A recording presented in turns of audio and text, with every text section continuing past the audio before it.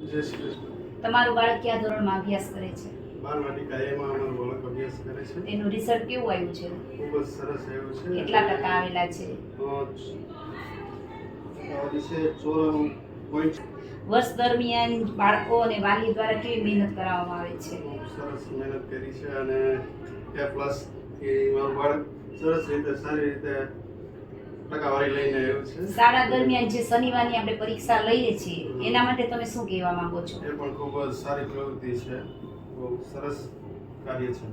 વર્ષ દરમિયાન શાળામાં પ્રવૃત્તિઓ થાય છે એના વિશે તમે શું કહેવા છો? એ પણ આ શાળા જેવું એક બહુ સરસ વર્ષ દિવસ કાર્યક્રમ જે પણ રાખો છે બહુ અતિ ભણતરની સાથે સાથે પ્લસ એક સરસ મજાની એક આવૃત્તિ એક્ટિવિટી છે.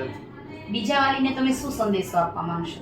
બસ મને તો એમ જ થાય છે કે બાળક આ સ્કૂલની અંદર ખૂબ સરસ રીતે ભણે છે તો તમારા વિદ્યાર્થીઓને આ સ્કૂલની અંદર ખૂબ સરસ જ ભણાવે છે અને એક્ટિવિટી પણ સારી કરવામાં આવે છે તો ખૂબ સરસ છે મંગલમ વિદ્યાલય.